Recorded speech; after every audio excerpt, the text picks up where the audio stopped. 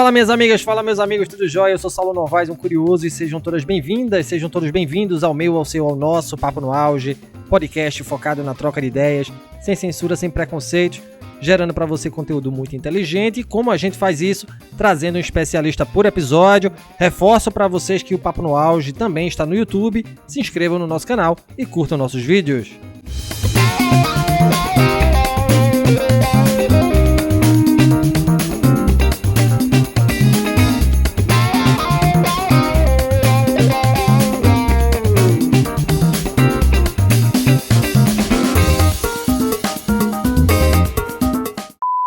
A intensificação da destrutividade ambiental tem colocado a humanidade em um caldeirão de problemáticas que impactam direta ou indiretamente as condições de reprodução da vida planetária. O aumento exponencial do lixo, a contaminação e redução das fontes de água potável, o aquecimento global, o desmatamento, a descartabilidade e a redução da biodiversidade são alguns dos fenômenos cada vez mais evidentes afetando as possibilidades de reprodução do sistema do capital, além de impactarem as múltiplas formas de vida orgânica, sobretudo a dos segmentos mais pauperizados da sociedade. Em face disso, a defesa da necessidade de mudanças nos padrões de consumo ganha relevo, tendo em vista o imenso desperdício de recursos naturais resultante principalmente da expansão irrefreada do consumo de materiais descartáveis e de artigos de luxo. Espraia-se a ideia de que a intensificação do consumo e dos valores que lhe dão suporte vem agravando a dilapidação ambiental e a questão social.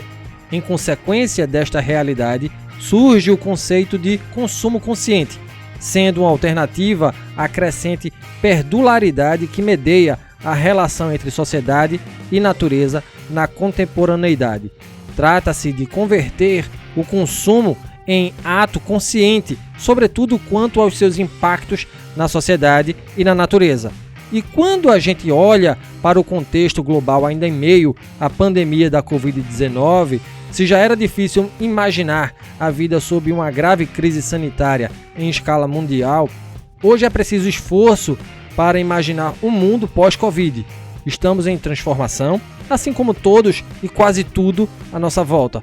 Consultorias nacionais e internacionais vêm fazendo previsões e sugerindo comportamentos de consumo. De acordo com alguns estudos, o mundo pós-Covid vai gerar novas tribos ao longo de linhas psicológicas complexas, com grandes impactos de longo prazo no comportamento do consumidor. Categorizações por renda, idade, gênero e comportamentos de categoria não serão as maneiras mais confiáveis de prever como diferentes segmentos de público pensarão o consumo.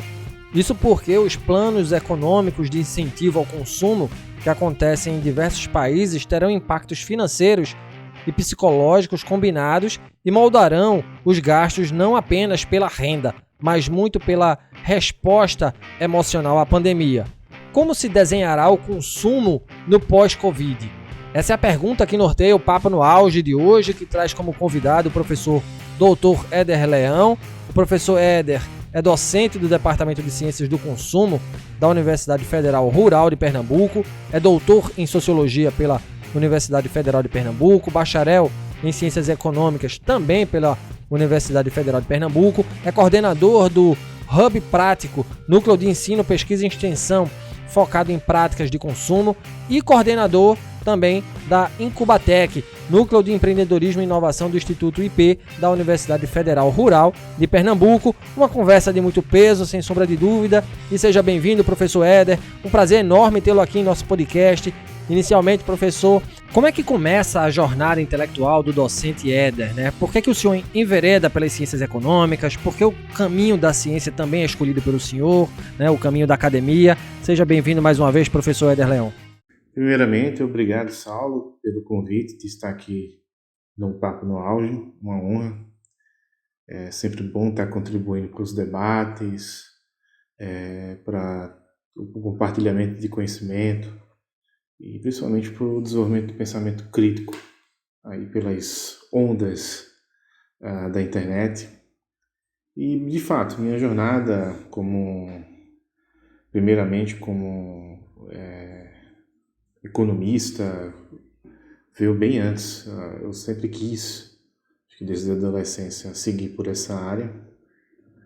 Sempre me interessei pelas camadas, pelas relações, pelas dificuldades econômicas que as pessoas passavam.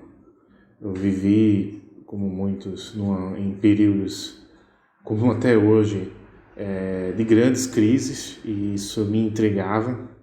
E eu via que essas crises econômicas, problemas sociais, tinham muito mais camadas, articulações, relações para poderem ser percebidas.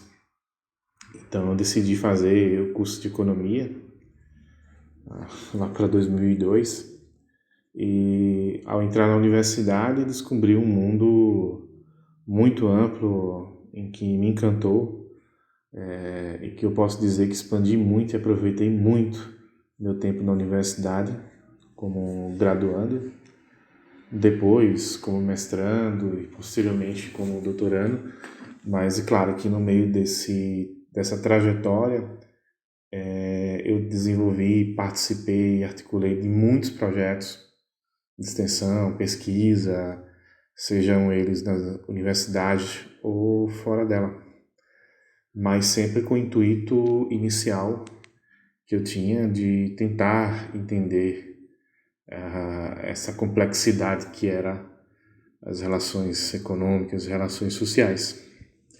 E eu vi durante esse percurso que eu era muito interessado em ensinar, em compartilhar, em trabalhar de forma colaborativa com as pessoas, porque eu acho que conhecimento e informação, elas são primordiais e a gente precisa disponibilizar, permitir acesso para todos.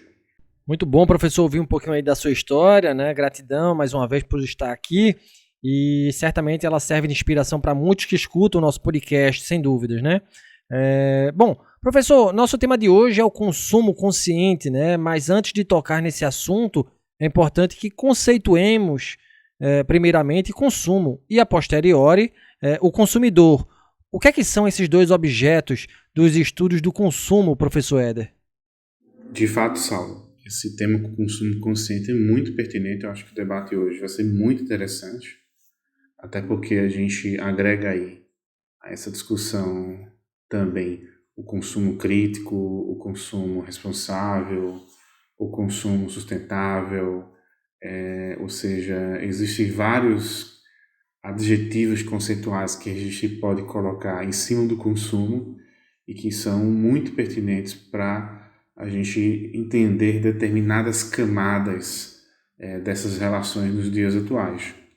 Mas, de fato, antes a gente precisa conceituar um pouco do que de fato é consumo, o que é consumidor.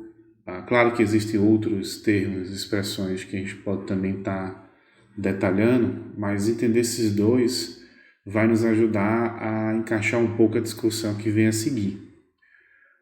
Geralmente vocês vão ouvir, ler, que a definição de consumo é tudo aquilo relacionado a gasto, compra, a aquisição de algo, seja um bem, seja um serviço, para atender uma necessidade, para saciar um desejo, um interesse das pessoas. Em parte, obviamente, esse é um conceito que a gente pode abordar, pode discutir com mais afinco em outras perguntas, mas eu queria colocar uma primeira reflexão sobre isso. Beleza a gente entender esse ponto, mas é bom a gente acrescentar que para toda discussão que a gente fizer, a gente também precisa trazer outras questões críticas para poder a gente começar a pensar de forma consciente o que é que significa esses conceitos. Consumo, claro, adquirir, gastar, obter algo para a sua sociedade. Mas a gente está pensando nisso de uma forma muito linear. E consumo necessariamente a gente precisa entender que há uma transformação no processo. Ou seja, se eu tenho o desejo de adquirir algo, é porque também esse algo que eu estou adquirindo, ele foi transformado, ele foi modificado. E modificado de onde e de quê? Foi modificado da natureza. E houve vários processos, ou seja, todo o encadeamento de produção em várias etapas até se chegar a esse momento, esse interesse de consumir algo. E ao momento que a gente está interessado em consumir algo, e a gente entendendo que existem outras camadas, existe todo um processo, a gente também começa a entender que o ato de consumir, ele é um ato de transformação também, porque as pessoas que consomem algo também estão se modificando, porque estão adquirindo algo que vai atender às suas necessidades, saciedade, mas de certa forma ela é parte desse processo. Claro que de uma forma às vezes em que ela não compreenda, porque às vezes tem o intuito apenas de saciar a vontade e não pensa a respeito das consequências dos atos desse consumo e de onde veio tudo isso para poder chegar naquele momento de comprar um alimento, de comprar um equipamento, de adquirir algum tipo de serviço. Então, a primeira reflexão que eu queria colocar é essa. Antes de vocês pensarem sobre consumo como um simples ato de um processo de compra a partir de uma venda, vocês precisam pensar que existem várias outras camadas, várias outras relações sendo construídas e desenvolvidas para poder chegar nesse momento. E o que é o consumidor nessa história toda? Aí já está uma das camadas que a gente precisa compreender. É aquele cara aquela pessoa que está interessada em adquirir algo. Ou seja, é a pessoa que está demandando, é a pessoa que está necessitando de alguma coisa que vai beneficiar ela. E são N benefícios, são N interesses que ela pode ter. O simples ato de, por exemplo, hoje em dia, claro que a gente pode pensar nas coisas mais óbvias possíveis, de um alimento, de uma roupa, mas cada vez que as pessoas consomem, parece também que elas precisam, como eu disse para vocês, ao consumir a gente parece que também se transforma, porque no momento que a gente passa a adquirir algo, a saciar, vem outras necessidades. Você estava com fome, não está mais com fome, você precisa se vestir, não precisa mais depois de se vestir, então você vai sempre querendo mais outros itens, mais outras necessidades, por aí diversos fatores. E esses fatores vêm realmente de preocupações, ou como dentro da linguagem do empreendedorismo se fala, das dores, ou seja, o que é que eu preciso resolver alguma dificuldade, alguma dor minha. Então vem alguém e diz assim, eu te ofereço isso, que pode aliviar, saciar esse teu desejo de resolver esse problema, essa dor. Então sempre as pessoas, os consumidores, os clientes, os usuários, eles querem resolver algo. E alguém do outro lado vai tentar ofertar esse algo para tentar saciar, atender ela. Então, esse consumidor, se a gente entender não ele apenas como um demandante, como as ciências econômicas gostam de bastante abordar de uma forma mais, digamos, como, de certo modo, utilitarista, a gente começa a entender que esse sujeito consumidor é um sujeito transformador, é um sujeito que é também transformado, é também influenciado. Então, ele está no centro de tudo isso que queremos articular, queremos discutir aqui nesse podcast.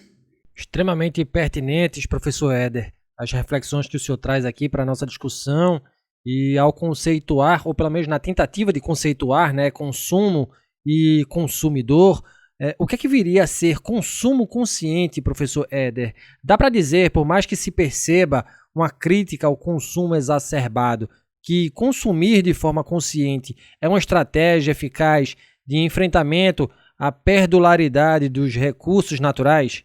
De fato, Saulo, chegamos aí na questão que é o cerne desse programa e a gente precisa realmente trazer alguns pontos que eu já estava levantando nas outras questões, em que hoje se pensa muito a ideia de que, principalmente nas ciências econômicas, de que as perguntas fundamentais para se resolver todas as questões relativas a um mundo em que existe desejos ilimitados, mas recursos escassos, em que as pessoas devem se preocupar, o mercado, a sociedade, em perguntas fundamentais sobre o que produzir, como produzir, para quem produzir, que são importantes de fato, mas elas pegam um pedaço de todo esse processo, de todas essas camadas em que a gente precisa estar refletindo. Porque quando eu estou perguntando o que, para quem, como e o que produzir, eu estou limitando o cenário em que o mercado se encontra. Porque não é só pensar a produção, mas é pensar de onde vem essa produção e para aonde essa produção vai, e depois que essa produção vai, ou seja, é adquirida, é consumida, é atendida a uma sociedade, isso vai para onde depois? Ou seja, para onde vão os resíduos? Os resíduos ainda, inclusive, são consumo. E é preciso pensar também, será que de onde veio os insumos, as matérias, para se produzir, elas são suficientes para continuar atendendo às demandas, às necessidades crescentes, ou seja, cada vez mais as pessoas querem mais de várias coisas que talvez em algum outro momento, talvez não, que realmente não existiam em outros anos. Aí a gente pergunta, será que o planeta que nós temos aguenta a demanda que nós temos? Eu diria que, obviamente, não. Se vocês quiserem, existem até calculadoras aí que fazem essas verificações de uma forma bem dinâmica. Existe também da WWF, que ela faz um cálculo para poder saber o teu consumo do teu dia a dia, com o seu consumo em casa, seu consumo diário fora de casa também, e calcula quantos planetas você precisaria para poder atender às tuas necessidades. Imagine se todo mundo fosse consumir como você consome. Aí você faz esse cálculo e descobre lá que às vezes você precisa de 3, 4 planetas para atender aquela tua forma de consumo que antes dessa calculadora, que pode ser bastante simples a forma como ela está abordando, mas ela tem um impacto muito significativo porque ela está trazendo à tona uma situação que as pessoas no dia a dia não estão alertas, não estão conscientes ou precisam ignorar para continuar tendendo a continuar em busca da sua saciedade.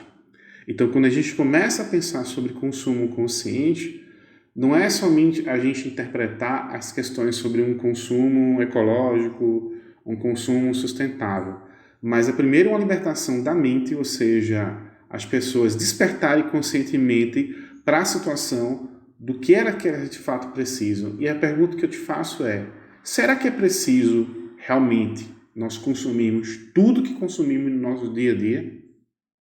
Será que a gente precisa, pensando de uma forma mais simples para poder a gente captar um pouco dessa questão, será que a gente precisa de tantas sacolas plásticas? Será que a gente precisa de tantos produtos descartáveis? Será que a gente precisa se alimentar de tudo que nós nos alimentamos hoje em dia? Que, claro, é ótimo, é diversificado, mas existem muitos alimentos que, por exemplo, não são saudáveis para as pessoas. E você diz, mas é mais barato. Sim, mas o mais barato pode ser naquele preço, naquele momento, naquela sociedade. Mas ele sai caro em vários outros processos. Sai mais caro porque você exige mais da natureza para poder conseguir produzir.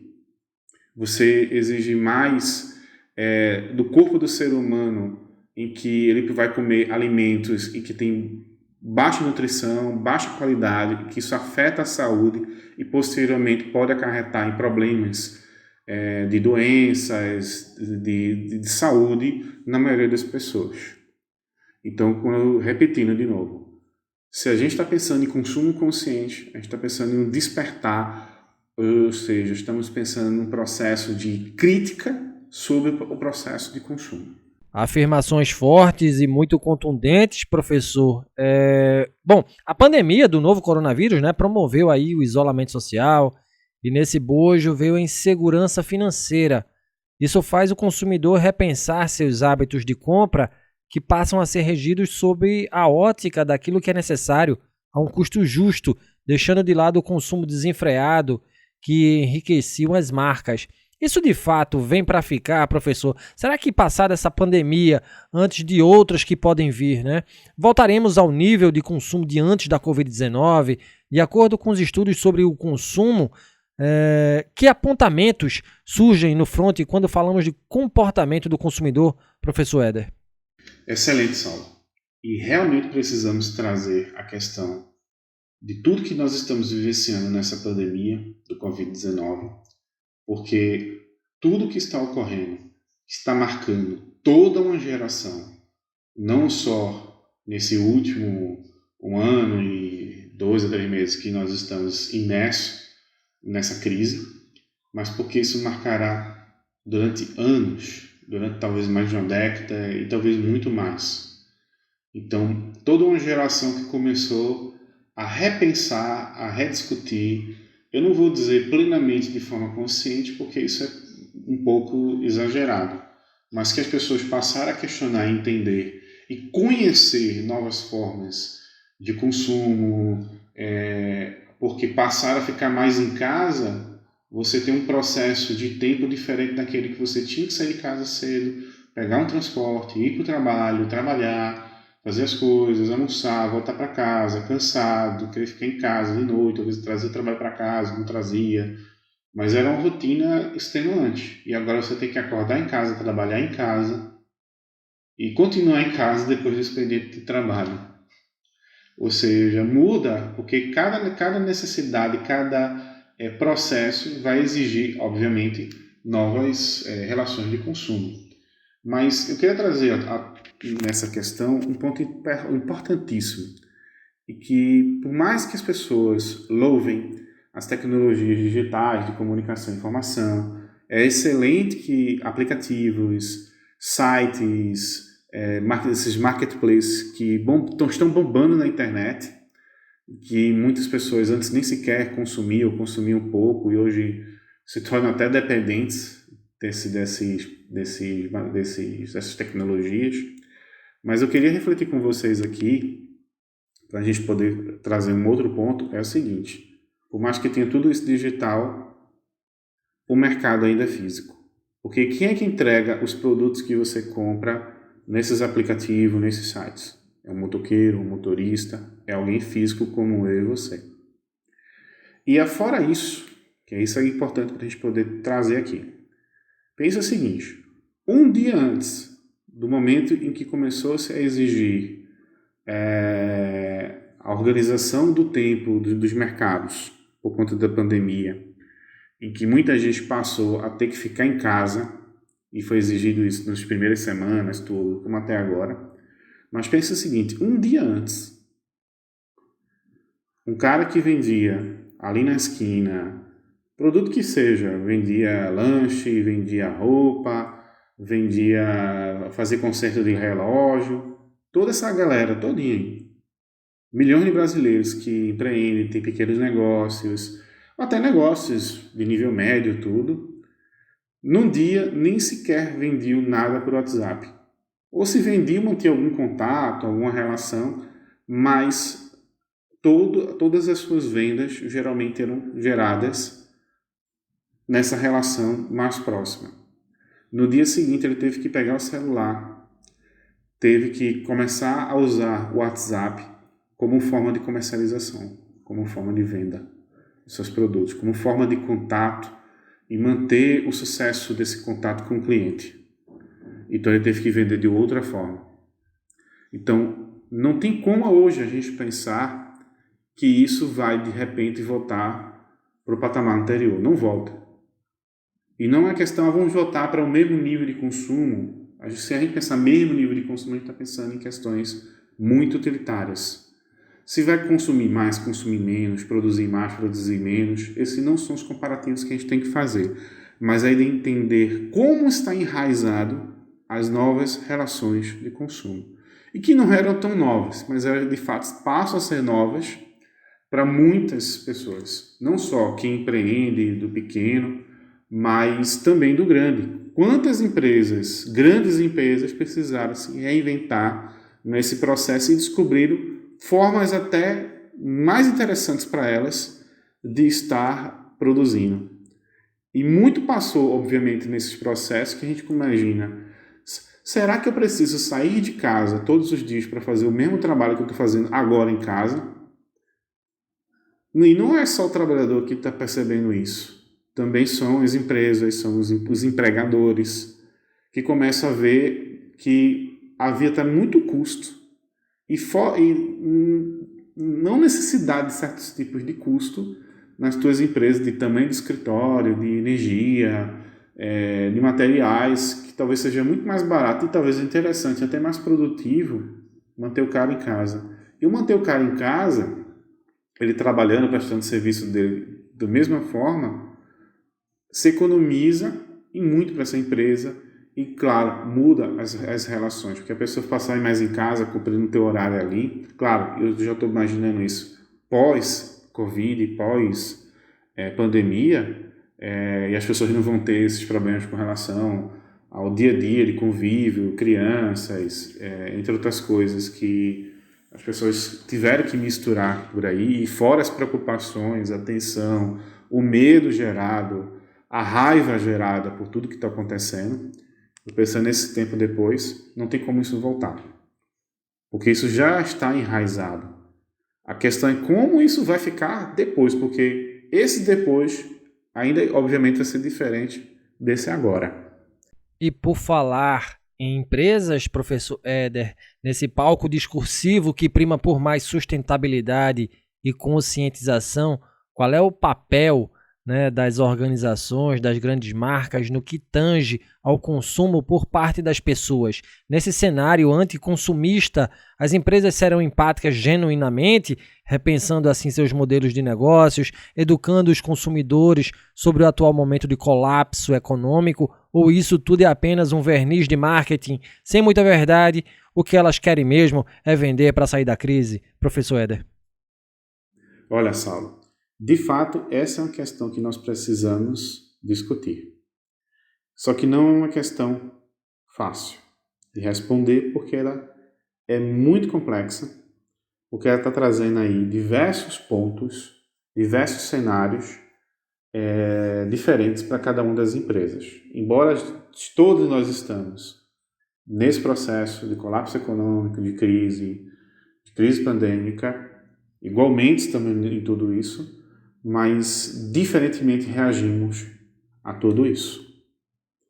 Mas antes, para a gente poder conseguir pelo menos trazer aqui uma clareza sobre esse ponto, a gente precisa trazer à tona um processo que é importantíssimo para todas as empresas. Toda empresa ela precisa entender que o consumidor ele é o centro.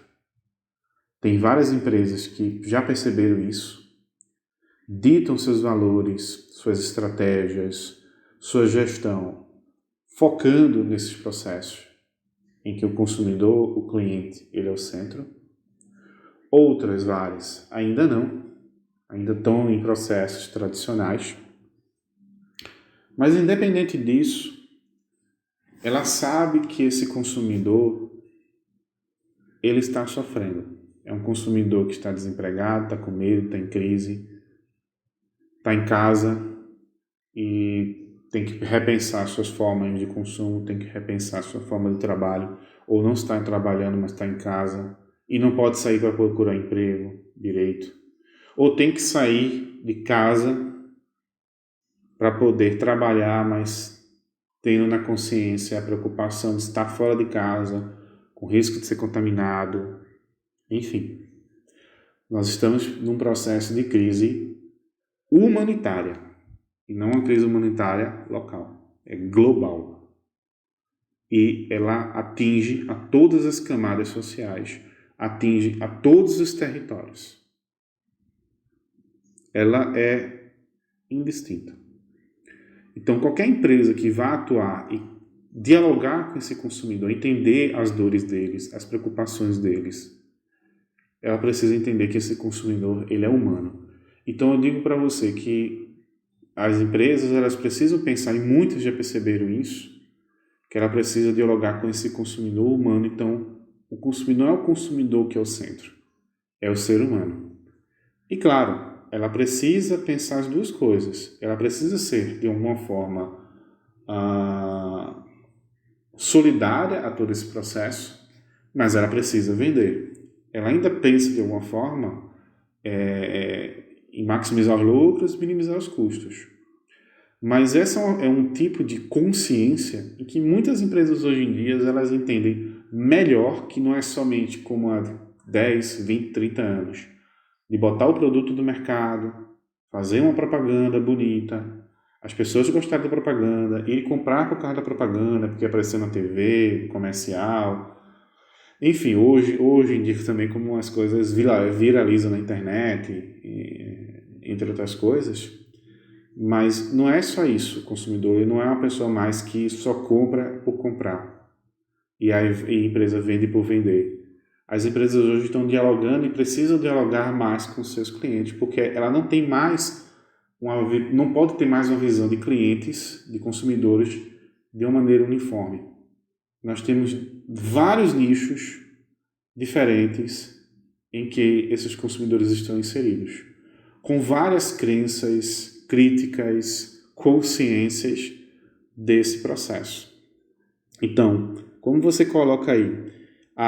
É um verniz de marketing, é para poder trazer? Claro, é isso também. Ela precisa fortalecer a marca dela, mas ela precisa fortalecer em diálogo com esse cliente. Mas, ao mesmo tempo, a gente precisa refletir outro ponto nisso do tudo aí. Que é uma outra camada nesse processo. Existe hoje uma consciência, não vou dizer de uma forma generalizada, mas existe uma discussão sobre, e que eu já tinha trazido esse ponto em outras perguntas, nós precisamos de fato consumir tanto como nós consumimos?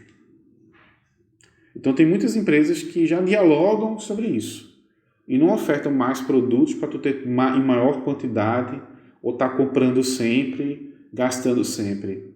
Elas entendem que os consumidores querem consumir de outra forma, de uma forma mais consciente. Eu não quero comprar um produto em que ele se torne obsoleto daqui a 6 meses, ou que eu precise trocar ele daqui a 6 meses, um ano, porque chegou um processo lá da obsolescência do produto. Eu quero um produto que ele não vá para o lixo e eu veja no lixo. Lembra que eu falei que a gente precisa pensar o antes e depois do processo de produção, de onde vêm os insumos e matérias-primas e para onde vai depois de consumido, porque as pessoas precisam despertar coisa que não tinham despertado antes. Você bebe uma bebida numa garrafa, joga essa garrafa e depois essa garrafa está no teu bueiro, está no mar, está na sua frente. Isso sempre foi discutido e refletido, mas hoje se tornou parte dessas discussões dos novos modelos de negócios. Muitos modelos de negócios estão querendo vender uma outra ótica, uma outra percepção desse mundo. Eu não quero vender mais um produto em que meu produto esteja no lixo, que meu produto afete o meio ambiente, que meu produto afete a sustentabilidade. Muitas pessoas conseguem vender essas marcas sem serem, na verdade, marqueteiras e focadas apenas na venda.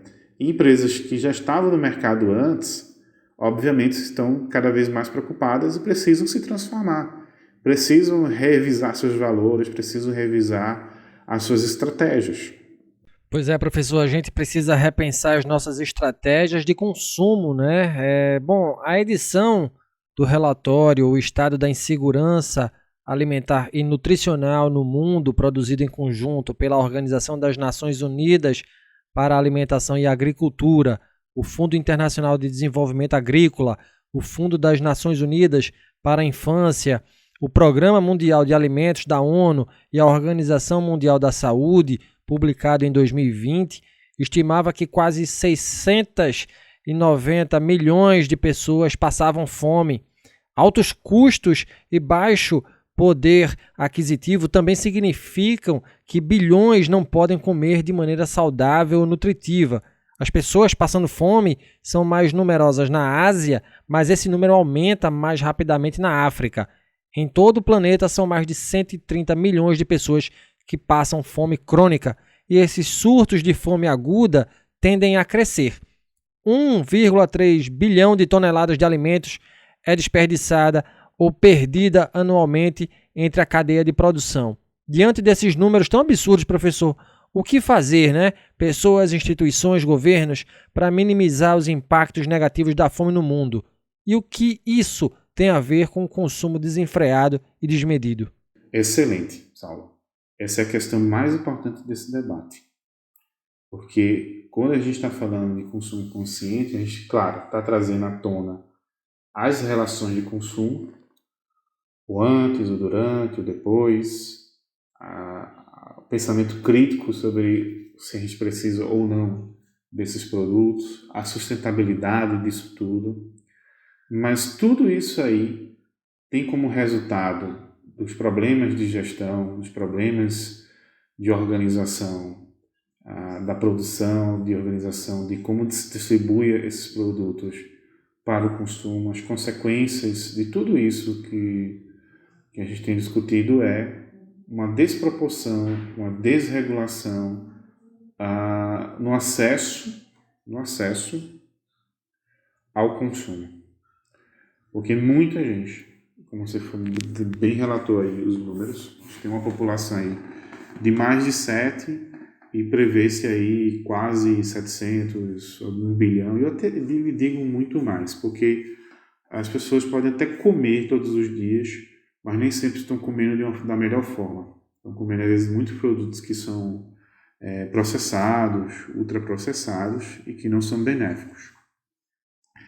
E fora isso, como você bem destacou, a gente tem um problema sério de desperdício, porque a gente, em muito, não entende alimento como um alimento. A gente come um produto, uma simples maçã, e descasca a casca dela, tem gente que faz isso, e joga fora.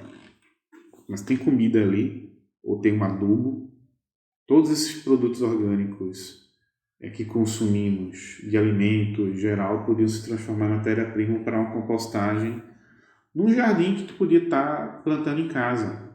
Nem que fosse para produzir flores, produzir algumas ervas, nesse sentido. Só que hoje em dia as pessoas entendem consumir alimentos apenas que vai ter que comprar no mercadinho, no supermercado, e esquecem que elas mesmas podem produzir. Às vezes esquecem que elas mesmas podem comprar coisas mais próximas. Por que eu preciso comprar uma alface que veio de outro estado, que às vezes até de outro, fora do país mesmo, ou feijão? Aqui no Brasil já se comprou feijão preto que veio da China. Talvez seja um feijão diferente, preto, tudo, mas pense o seguinte: por que eu preciso comprar longe uma coisa que pode ter aqui dentro e que pode ser melhor aproveitada? Por que eu preciso comprar outros produtos que não atendem realmente às minhas necessidades, mas que são empurrados por propagandas de forma desenfreada?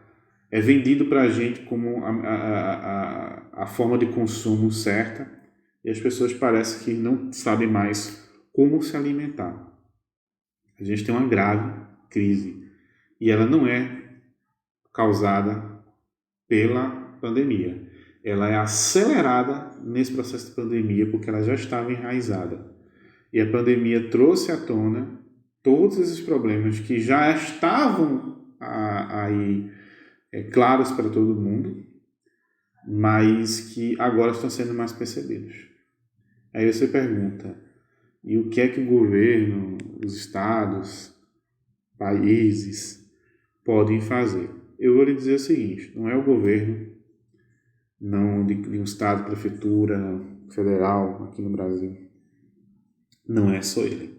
Soluções hoje em dia já têm que ser pensadas por vários atores. Isso são as empresas, isso são as pessoas, são organizações sociais, são associações, são, obviamente, os gestores públicos, são todos esses atores que de alguma forma estão envolvidos nos processos. Inclusive quem está lá na ponta sofrendo isso, que tem que ser dialogado com ela. Então, solução nenhuma nesse planeta ela pode ser resolvida se não tiver um pensamento que seja de forma integrado, colaborativa. E não pode ser o economista que vai lá e dizer que o problema da fome do mundo é má distribuição. Tem que ter gente da área de sociologia, tem que ter gente da área de tecnologia, tem que ter gente da área de gestão pública, tem que ter gente da área de nutrição, de saúde pública, de várias áreas para se pensar. Porque a solução, o problema, ele não é só de uma única visão. Eu já coloco esse ponto, que isso é importante. Como a gente poder resolver esses impactos negativos, mitigar todo esse processo, está aí já um começo. Vão ser resolvidos? Bom, aí que está a questão. É bem difícil porque você tem um processo ainda no mundo de disparidades na concentração de riquezas, em que você tem 1% da população mundial com mais riqueza do que bilhões de pessoas. E isso é irreal. Aí você começar, como é que eu vou resolver esses problemas? Se eu tenho uma montanha de riqueza e um buraco de pobreza. Eu vou ter que tapar o buraco. Será que ao tapar o buraco, qual o tamanho desse buraco? Pode ser que ele seja muito maior do que simplesmente eu pegar a areia que foi acumulada lá para os ricos, usando essa metáfora, para tapar.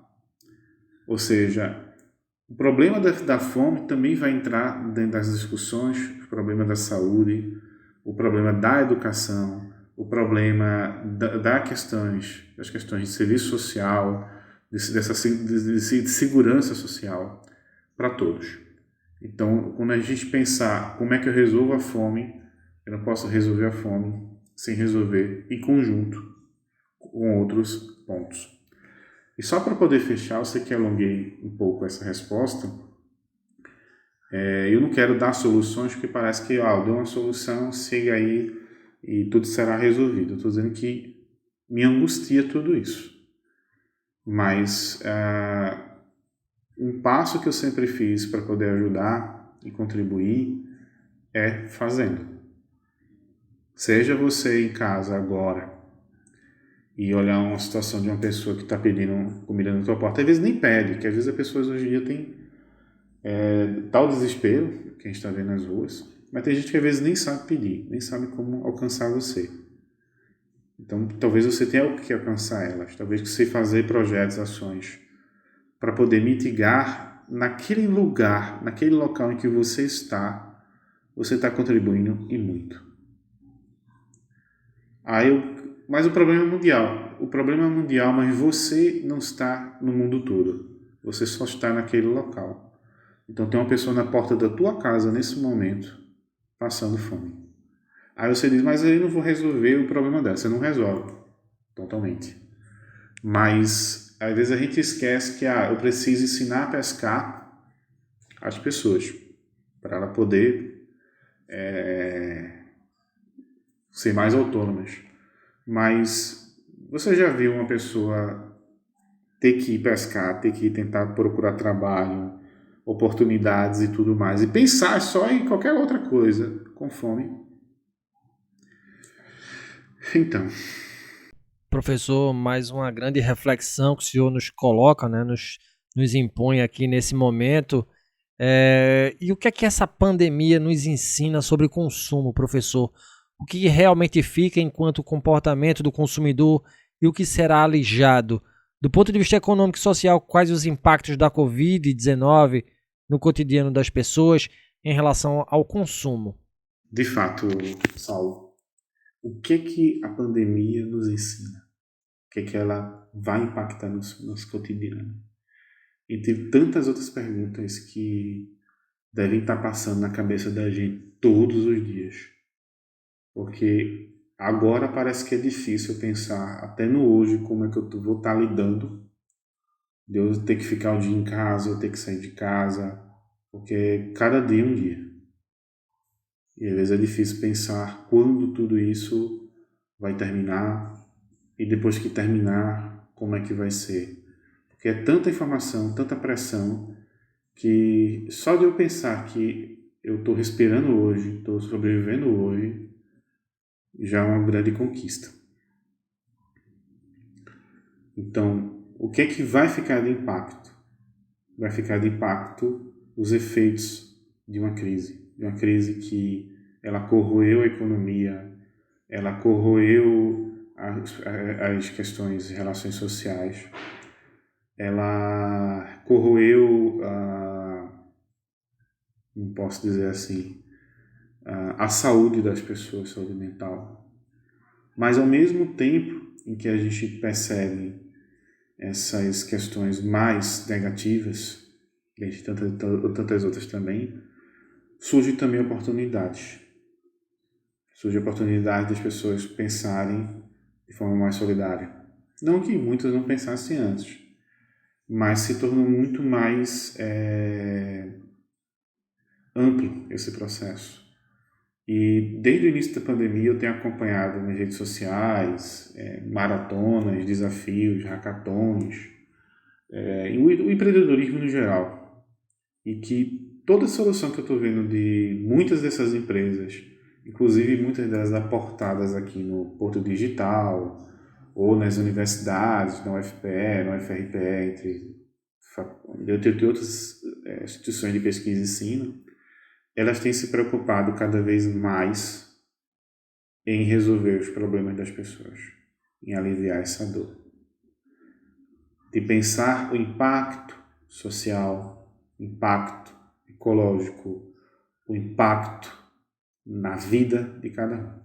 Então, se você me perguntar o que é que eu penso realmente disso hoje, eu tenho que pensar de uma forma positiva, porque a gente precisa ser positivo. A gente precisa ser perseverante. A gente precisa acreditar. A gente precisa se erguer. Por mais que a gente esteja sofrendo, a gente precisa segurar as mãos uns dos outros. E eu acredito que o que vai ficar são essas ações. Talvez muitas dessas ações que, embora eu não esteja detalhando, explicando cada uma delas, e que eu tenho acompanhado dessas empresas, muitas delas vão ser percebidas nos próximos anos. Então, veio uma crise, abateu, socou na cara mesmo da gente, tem doído muito, mas também tem surgido pessoas maravilhosas, pessoas que estão contra tudo e contra todo esse processo severo que nós estamos sofrendo da pandemia, de uma crise política, de uma gestão federal que não nos atende, não nos entende, mas tem surgido. E eu acredito que o que vai ficar no consciente das pessoas é tanto uma revolta, mas também uma esperança, uma sensação de que as coisas também podem mudar para o melhor. Tomei uma coca, cadê o sorriso? Gastei dinheiro e fiquei liso. Calha a boca e consuma, calha a boca e consuma. Você não tem direito de duvidar. E chegamos ao fim deste episódio do Papo no Auge. No episódio de hoje, uma conversa muito bacana, muito esclarecedora sobre consumo consciente em um mundo pós-Covid. Em nosso microfone, o docente da Universidade Federal Rural de Pernambuco, o professor Dr. Éder Leão. Professor Éder, eu adorei conhecer o senhor, né? Aprender um pouco mais aqui com o senhor. Foi um prazer enorme tê-lo aqui em nosso espaço de aprendizagem, de modo a estimularmos a leitura, professor, e aproveitando o ensejo de gerar mais conscientização nas pessoas. O que ler, professor, para se inteirar sobre a temática do consumo consciente, né? Quais são as suas indicações de conteúdo, as suas indicações de leitura? E mais uma vez, professor, gratidão por sua participação, viu? Excelente, Saulo. Depois de tantas reflexões, questões que a gente trouxe aqui, a gente precisa referenciar um pouco e trazer indicações de por onde as pessoas devem começar a ler. Claro que tem uma gama de livros aí que eu poderia estar indicando, de alguns autores acadêmicos, mas como eu não falo apenas para um público acadêmico, é um público geral, e que de certo modo eu também recomendo a meus estudantes, orientandos, colegas, qualquer pessoa vá ouvir podcast, vá ler textos, artigos mais curtos, obviamente, naquelas redes do Medium.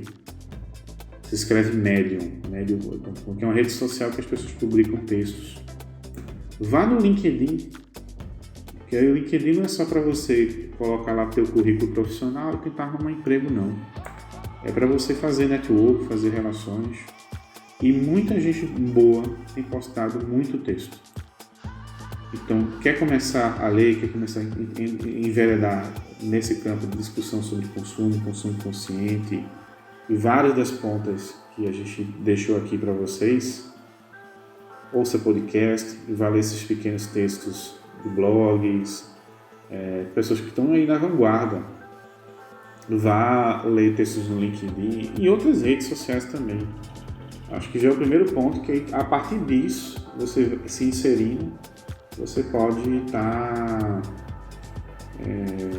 começando a descobrir outras leituras e principalmente, eu vou te dizer, fazendo relações mesmo, contato com pessoas que estão nessa discussão, montando fóruns, montando grupos, se aproximando, que é daí que vai surgir, e que eu acredito que o melhor aprendizado é um aprendizado que ele é feito de forma colaborativa. Mas como eu sei que tem muita gente aí interessada para poder realmente ler uma coisa mais profunda, de fato um livro, eu teria 2 indicações e que serve para todos os públicos. Um deles é o livro da Clotilde Pérez, que chama-se Há Limites para o Consumo. Até algumas reflexões que eu trouxe. Ver um pouco desse livro, eu recomendaria bastante sobre para onde nós encaminhamos relativo a essa questão das possibilidades e limites, como nos adequamos nesses processos, o que é que nos motiva a compreender a questão da nossa identidade, cultura, relações, enfim, afetos relativos às questões de consumo. E outro, que é um pouquinho mais conhecido, até dentro do nosso meio, é o livro A Lógica do Consumo, Verdades e Mentiras sobre o que Compramos, é o Martin Lindstrom. E eu gosto muito porque ele fez um trabalho de pesquisa na área de neuromarketing e ele desfaz muitos mitos do que nós entendemos como que poderiam parecer factíveis e, digamos assim, óbvios a um primeiro momento sobre como são as relações de consumo. Então ele vai entendendo por camadas como é que o cérebro nosso reage, funciona a, por exemplo, estímulos de propaganda. Então são 2 livros que acho que daria para ler tranquilo, mas aí havendo interesse do público aí, eu posso estar indicando outras leituras, materiais. Tem muita coisa aí. Joia, bacana, muito bom, professor. E lembra vocês que nos escutam, estamos nas plataformas agregadoras de podcast, no Spotify, no Google Podcast, na Apple Podcasts, na Amazon Music, na Deezer, na plataforma da Anchor e também no YouTube, né? Nos sigam, curtam, compartilhem nossos áudios, se inscrevam no nosso canal, afinal o conhecimento deve ser propagado. Um grande abraço a todas e todos e até o próximo episódio. Valeu!